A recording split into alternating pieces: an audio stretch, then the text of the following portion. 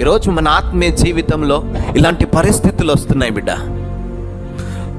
విశ్వాసంలో బలహీనులు కాలేదంట, శరీరంలో బలహీనత ఉంది.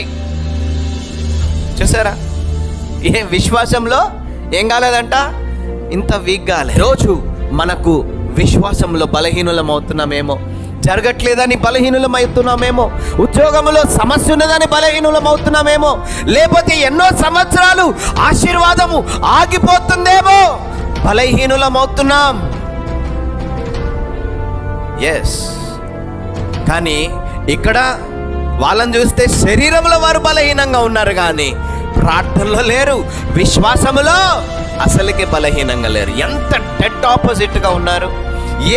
వాళ్ళు కూడా నిజమైనటువంటి దేవుణ్ణి నమ్మి, మనం కూడా నిజమైనటువంటి దేవుణ్ణి నమ్మి మనం ఎన్ని పరిస్థితుల్లో బలహీనులుగా ఉన్నాం.